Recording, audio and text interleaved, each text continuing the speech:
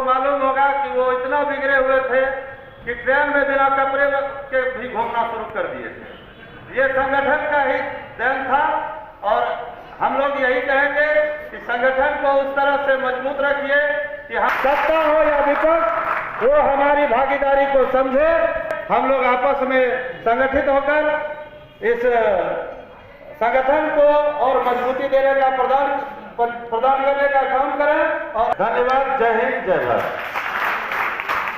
जी, नववर्ष आने वाला है और इसी नववर्ष के आगमन से पूर्व हम लोग संगठन के साथियों के साथ में एक नववर्ष मिलन समारोह रखे हैं और हम आपके मीडिया चैनल के माध्यम से आपके तमाम दर्शकों को भी नववर्ष के पूर्व में ही हम बधाई देना चाहते हैं, शुभकामना देना चाहते हैं। आने वाला वर्ष उनके लिए खुशियाँ लेकर आए उनके जीवन में और समृद्धि लाए। और इसी उपलक्ष्य में हम लोग यहाँ संगठन के तमाम पदाधिकारी और साथी लोग उपस्थित हुए हैं और आगामी रणनीतियों पर भी हम लोग आज इस पर चर्चा करेंगे। 25 में हम लोग कैसे आगे काम करें।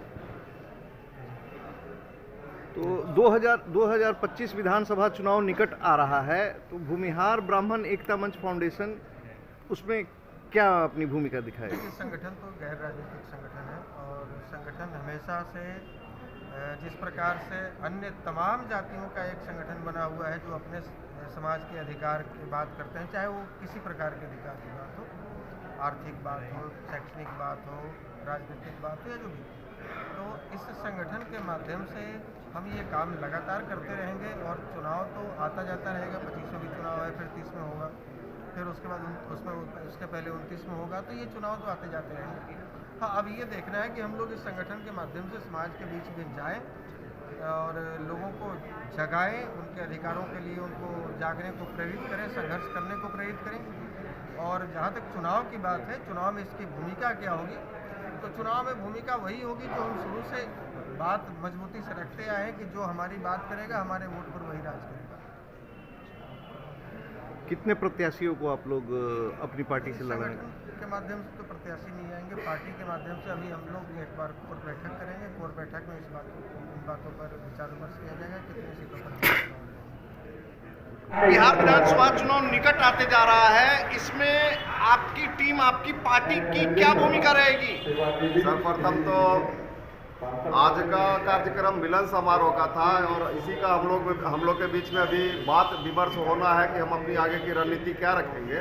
लेकिन रुझान के अनुसार आप कुछ अंदाजा इस बात का लगा सकते हैं कि लगभग जिस पार्टी में जिस भी पार्टी का नाम लीजिए, वो समाजवाद की पार्टी रही या कम्युनिस्ट की पार्टी रही या फासिस्ट की पार्टी रही, जितने भी नेता पहले भूमंडल के नेता हुआ करते थे, भूमिहार के नेता होते हुए भी, जैसे कि विजय बाबू, गिरिराज बाबू या सूरजभान बाबू लोग जनशक्ति पार्टी में होते हुए, सारे लोग हमारे समाज की बात करने लगे।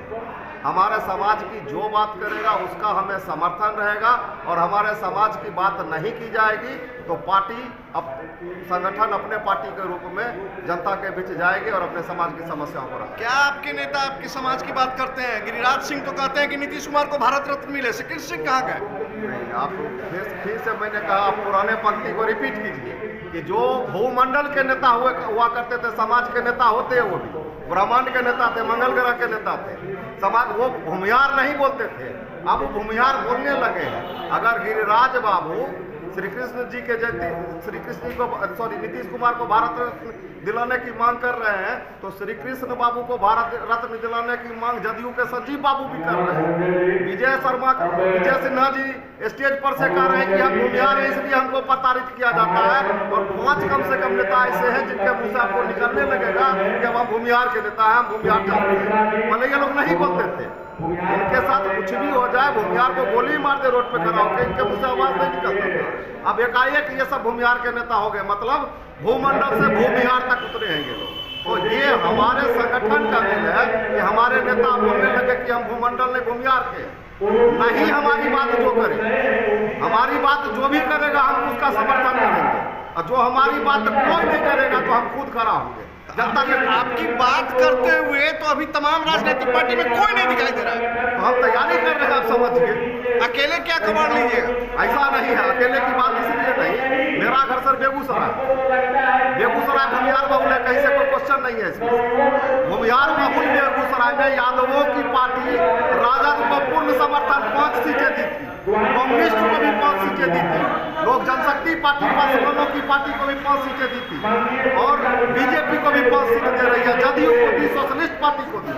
हम ये समझाना चाहते हैं कि हम अन्य जातियों के पास भी अपनी समस्या लेकर जाएंगे, हमें वोट का समर्थन मिलेगा, ये आशा रखते हैं और आपको अंदर की न्यूज बताते हैं ऐसा होता है। आखिरी सवाल आपसे फिर से कर रहा हूं, आपकी पार्टी कितने विधानसभा क्षेत्र पर आपके लोगों को खड़ा करेगी? कुछ बात गुप्त रहने दीजिए, चुनाव के नजदीक कमजोर पार्टी है, सरल पार्टी है, चढ़ के दबोच देगा बड़का बड़का पार्टी, बस चुप है, ये बात गुप्त रहने दीजिए। ये वादा करते हैं कि जिस दिन क्लियर होगा पहला कवर आपको देंगे। चलिए, धन्यवाद।